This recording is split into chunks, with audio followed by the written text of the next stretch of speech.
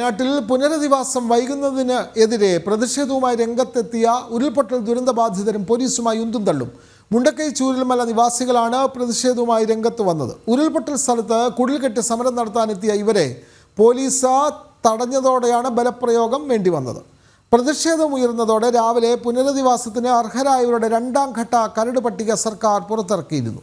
വിവരങ്ങളുമായി PS അർജുൻ ചേരുന്നു. അർജുൻ, മുണ്ടക്കൈ ചൂരൽമല ദുരന്ത മേഖലകളിൽ ദുരന്തബാധിതരും പോലീസും തമ്മിൽ ഉന്തും തള്ളും. അവർ അവിടെ പ്രതിഷേധിക്കേണ്ട സാഹചര്യം, കൂടുതൽ വിവരങ്ങൾ.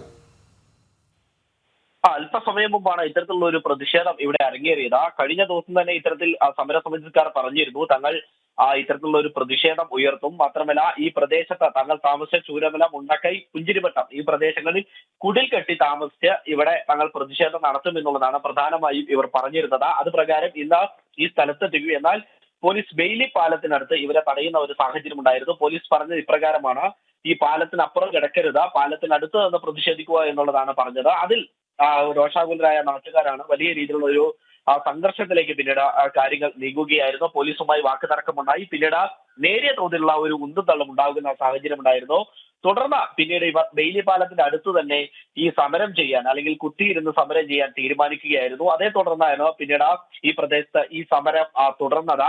എന്നാൽ തന്നെ ഇവരുടെ ആവശ്യങ്ങൾ ഇത്തരത്തിലാണ്. അതായത് കൃത്യമായിട്ടുള്ള ഒരു ലിസ്റ്റ്, കറണ്ട് ലിസ്റ്റ് സർക്കാർ പുറത്തു വരണം. നേരത്തെ തന്നെ പുറത്തുവിട്ട കരട് ലിസ്റ്റിലാകെ തന്നെ വലിയ രീതിയിലുള്ള ഒരു പ്രതിസന്ധി ഉണ്ടായിരുന്നു. മാത്രമല്ല അതിൽ തെറ്റുകൾ ഉണ്ടായിരുന്നു എന്നുള്ളതാണ് പ്രധാനമായും ഇവർ ചൂണ്ടിക്കാണിച്ചിരുന്നത്. പലരുടെയും പേരുകൾ ആവർത്തിക്കുന്ന സാഹചര്യം ഉണ്ടായിരുന്നു. മാത്രമല്ല ഈ ഗോ നോ സോൺ പ്രദേശത്തുള്ളവർ, അവരുടെ വീടുകളടക്കം ഇതിൽ ഉൾപ്പെടേണ്ടതുണ്ട്.